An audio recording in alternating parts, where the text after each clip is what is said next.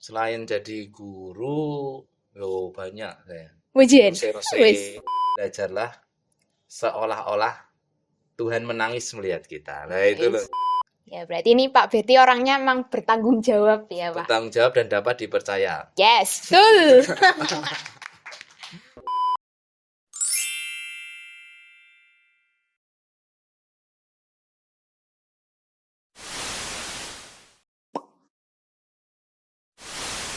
Halo semuanya, kembali lagi di podcast DKV.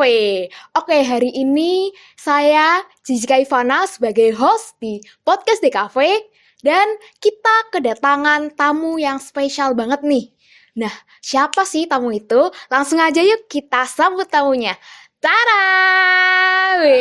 Halo Pak Berti, kenalan dulu Pak.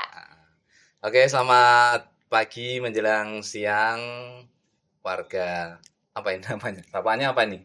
Kawan SMK. Warga Sekawan, Yes. warga Sekawan SMK Negeri 4 Semarang. Saya Berti Sagendra saat ini berada bersama Jessica di ruang podcast SMK Negeri 4 Semarang. Ya, pada hari ini Jessica akan membahas sama Pak Berti mengenai sarana dan prasarana yang ada di SMK Negeri 4 Semarang. Nah, gimana Pak kabarnya hari ini? Bangga nggak Pak bisa masuk di podcast DKV ini? Alhamdulillah luar biasa ya, apresiasi buat DKV yang semakin maju.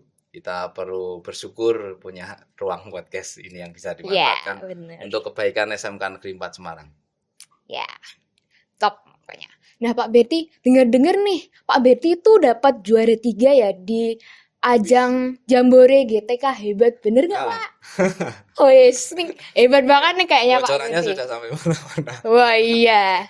Ini ya belum seberapa sih, cuman alhamdulillah saja di tahun 2024 saya berhasil ya baru sampai juara 3 Jambore GTK hebat tingkat Provinsi Jawa Tengah karena memang tidak ada tingkat nasionalnya ya. Kalau tingkat nasionalnya itu selesai di provinsi dan masing-masing provinsi tidak boleh diadu. Oh begitu ya. Nah Pak Berti coba dong share pengalamannya gimana kok bisa sampai juara 3 tingkat Jawa Tengah nih Pak. Wes sangat ya. Ya intinya begini, bagi siapapun, bagi kalian yang masih di bangku pendidikan ya, intinya adalah kalau kita itu bekerja all out gitu ya, sebaik mungkin yang bisa kita bisa.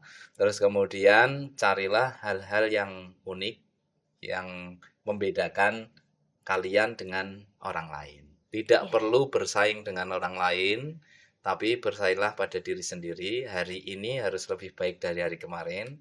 Hari besok harus lebih baik daripada hari ini. Tidak perlu membandingkan dengan orang lain. Terus kemudian carilah yang unik. Nah, kebetulan waktu Jambore GTK hebat ini, saya memang, satu lagi, membaca peluang. Kira-kira peluangnya yang bisa saya menang ini di bidang mana gitu. Jadi, kalau kemarin saya mengambil di bidang namanya apa?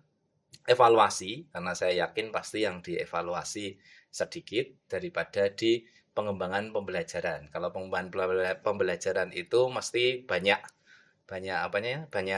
saingannya, banyak yang ikut. Nah, kalian juga begitu. Kalau di kompetisi pandai-pandailah membaca peluang yang kira-kira nanti bisa mengantarkan naik lah ya, jadi juara gitu. Ya, beli tepuk tangan dong Pak Berti. Keren banget. Nah, karena Pak Berti udah dapat juara ya, termasuknya berarti Pak Berti udah lama jadi guru di SMK Semarang, betul nggak Pak? Ya, saya sejak awal jadi guru memang ditempatkan di SMK Negeri 4 Semarang ini kira-kira sudah 16 tahun ya kalau dari pengangkatan saya tahun 2009 di SMK 4 ini insya Allah sudah 16 tahun nanti bulan Maret karena TMT saya per 1 Maret. Wih, keren banget Pak. Oke, selain jadi guru, Pak Berti di SMK Negeri 4 Semarang jadi apa nih, jabat apa? Selain jadi guru, banyak saya. Wijen. All in teman-teman. Air mati itu juga urusan, listrik mati itu urusannya karena memang di bidang saya kebetulan menjadi wakil kepala sekolah bidang sarana prasarana dan Iya. sumber daya manusia. Sarpras dan SDM itu berada di bidang 4 di SMK Negeri 4 Semarang dan saya dipercaya untuk menjadi wakil kepala sekolah di bidang itu.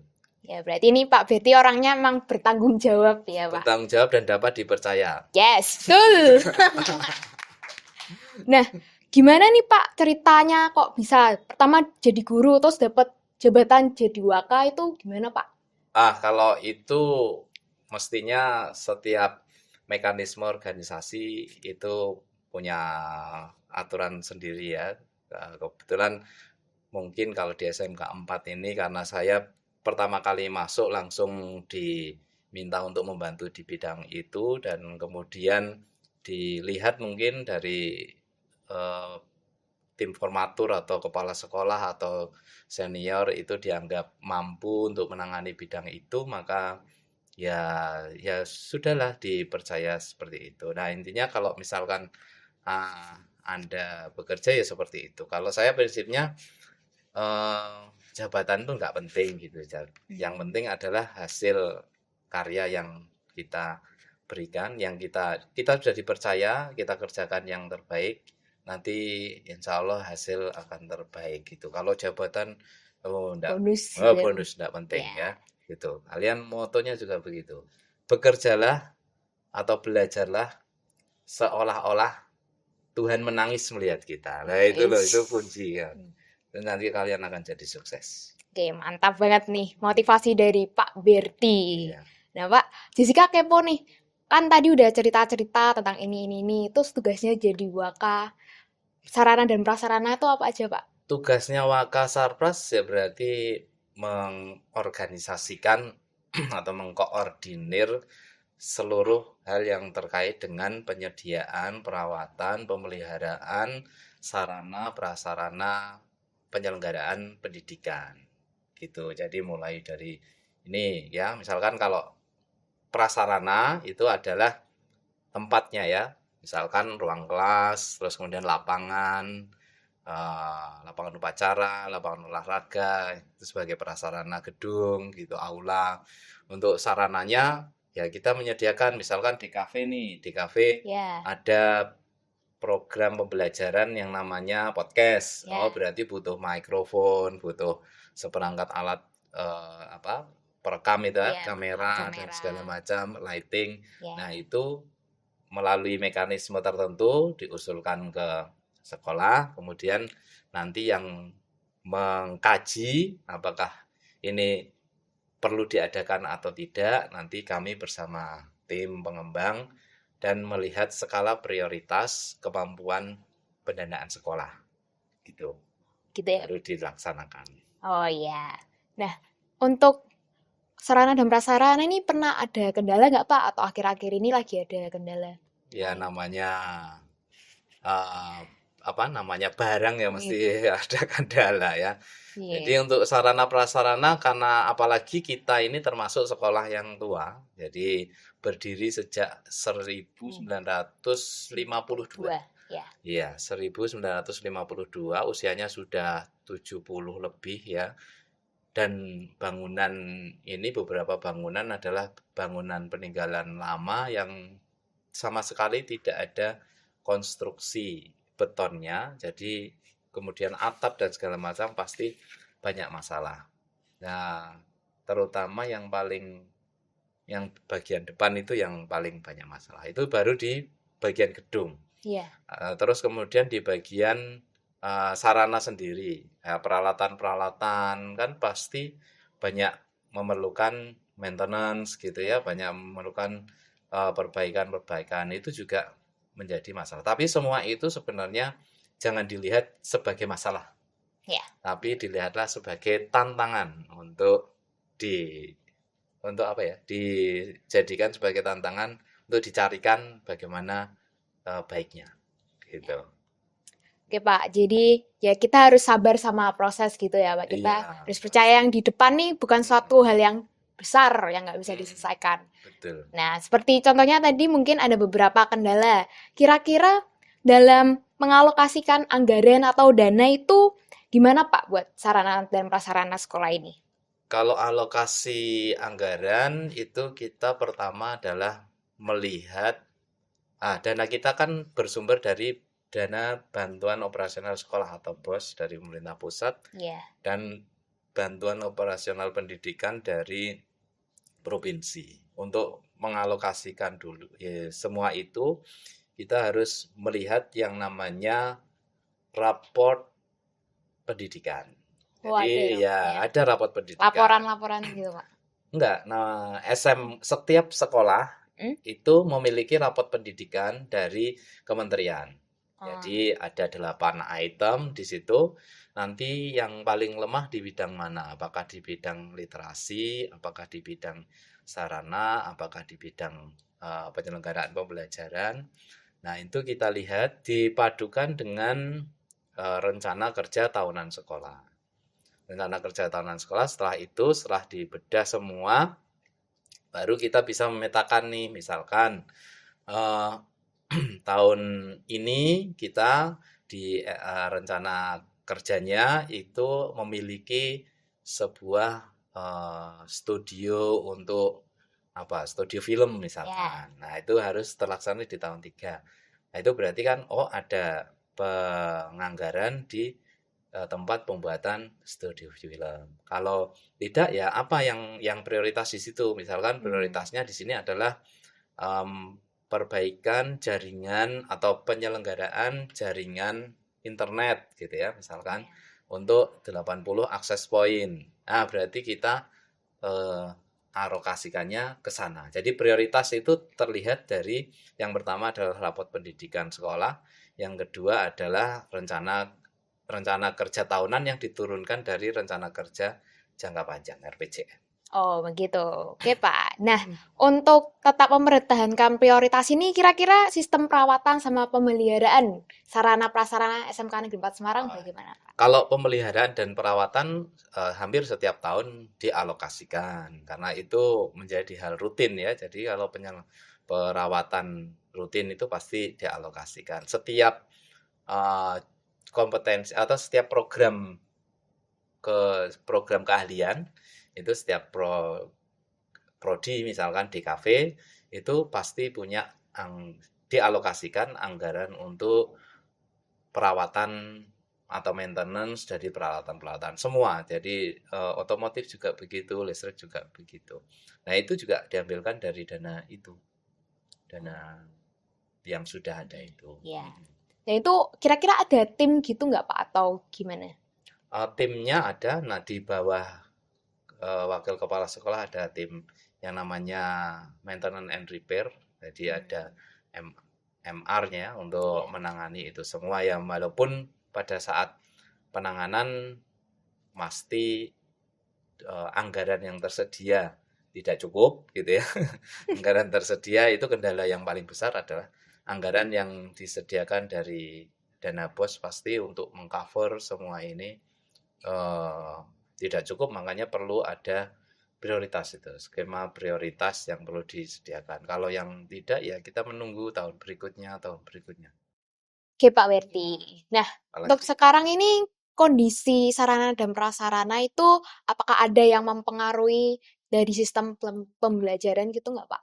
Ya, kalau untuk pembelajaran sih saya kira sudah cukup walaupun standarnya sangat minimal ya. Jadi ya terus terang kalau kita dibandingkan dengan sekolah yang swasta misalkan yang bagus kayak SMK swasta yang bisa mengeksplorasi dirinya dengan bagus itu ya masih kurang. Tapi alhamdulillah kita perlu bersyukur untuk penyelenggaraan atau pengadaan sarana prasarana di SMK 4 ini sudah memenuhi lah untuk standar minimal belajar di sekolah. Walaupun mungkin ya kalau untuk mengikuti teknologi kita di pasaran atau teknologi industri kita terus terang itu masih kurang, tapi dengan adanya program pembelajaran magang atau prakrin itu kan anak-anak bisa menimba ilmu di tempat prakernya, sehingga di sekolah ini yang tidak ada, mereka bisa belajar di luar sana. Sebagai contoh misalkan kalau di otomotif itu tidak ada electrical vehicle misalkan, tidak ada Ya. mobil listrik gitu ya, nggak ada di sekolah. Nah, di sekolah ini nanti bisa berkolaborasi dengan tempat magangnya anak-anak untuk belajar tentang electrical vehicle gitu. Kalau yang di DKV saya kira cukup ya, cukup memadai. Ya perlu pengembangan itu wajar. Nanti menunggu semoga anggaran lebih Ya, banyak. ya, amin. Nah, Pak Berdi pernah menemukan komplain nggak kira-kira misal tentang sarpras di kelas nih, kan ada kelas yang misal nggak ada LCD-nya, jadi bawa ngeteng-ngeteng gitu. Ya, ya itulah kalau komplain sering ya, apalagi di kelas yang kelas umum, Hmm, kelas mapel umum atau kelas apa namanya ya, normatif adaptif. ya. Itu kan tidak banyak yang ada LCD-nya sehingga LCD Bapak Ibu guru perlu mengambil atau mungkin murid diminta tolong untuk mengambilkan LCD. Terus kemudian juga beberapa ya hal-hal sarana yang kurang ada ya, yang tidak tersedia di kelas, yaitu sering komplain baik dari murid maupun dari Bapak Ibu guru, tapi sepanjang komplain tersebut ya bisanya kami terima, terus kemudian kami apa, agendakan gitu. Kalau ada hal-hal yang urgen yang perlu ditindaklanjuti tentang komplain tersebut ya kita tidak lanjuti. Tapi kalau misalkan kita ingin menindaklanjuti terus kemudian tidak di program prioritas dan dananya tidak ada ya ya terpaksa kita klarifikasi ya supaya Iya, bisa saling menerima gitu. ya. Gitu. Oke, misal nih Pak, kalau ada anggaran tambahan, aminin semua ya teman-teman, Ya, biar amin. sekolahnya makin komplit nih. Iya. Nah, kira-kira bagian mana Pak yang mau dibenahi gitu? Ya di sekolah ini ya terutama di bidang Sarpras ini tidak kurang-kurang sebenarnya mengajukan bantuan ke pemerintah, baik ke pemerintah pusat maupun ke pemerintah daerah, terutama adalah untuk pemenuhan atau perbaikan rehab rehab gedung sebagai prasarana dan bantuan sarana.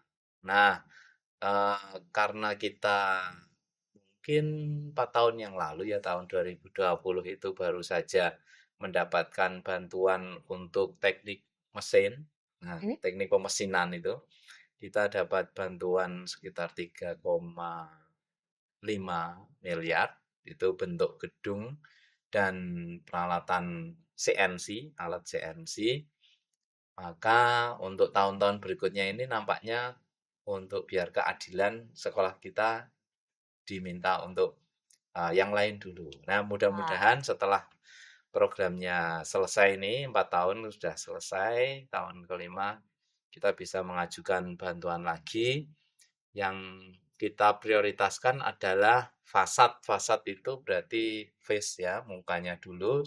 Di samping muka itu juga fungsinya yang paling mengerikan, yang perlu segera mendapatkan pertolongan adalah di teknik otomotif. Iya, otomotif. karena di sana itu peninggalan bangunan lama, konstruksi tua, dan tidak ada konstruksi beton, sehingga mungkin membahayakan juga ya. Perlu segera direalisasikan untuk apa? Perlu segera mendapatkan bantuan pertolongan baik dari pemerintah provinsi maupun pemerintah pusat untuk merehab gedung tersebut supaya bisa digunakan dengan baik dan aman. Ya, oke. Jadi teman-teman buat sarana prasarana tuh prosesnya panjang banget ya, Pak. Panjang dan rumit. Yes. Tuh, jadi jangan cuman komplain-komplain aja, tapi kita sebagai warga SMK Negeri 4 Semarang juga harus bisa menjaga sarana dan prasarana. Nah, itu yang penting ya. Jadi Yes. saya pesan pada siswa, para murid ya, untuk turut menjaga tempat kita belajar ini, tempat rumah kita, rumah kedua kita ini untuk terutama untuk merawat gedung atau prasarana dan sarana yang ada di jurusannya masing-masing.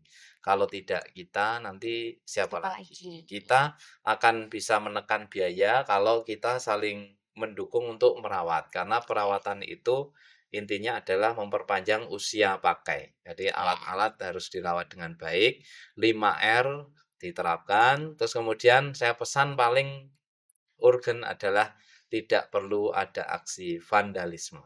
Ya. Baik di dalam kelas, di kamar mandi ya, tidak perlu coret-coret yang tidak hal-hal yang tidak penting gitu ya. Jagalah rumah kita ini sebagai rumah kedua kita.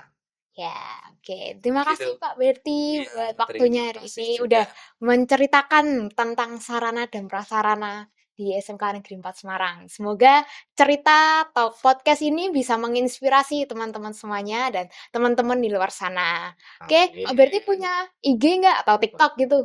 Oh, ada tapi saya lupa ya. Search aja IG saya Isa Sagendra. Ya, jangan lupa di-follow ya teman-teman biar mendapatkan inspirasi, Iya. biar bisa dapat juara kayak Pak Berti ini. Amin. Ya. Semoga sukses Yes. seluruh warga sekawan. Ya, amin. Oke. Terima kasih. Oke, teman-teman, sampai di sini dulu podcast Jessica bersama Pak Berti. Jangan lupa like sama subscribe channel ini ya. Oke, see you next time. Bye-bye.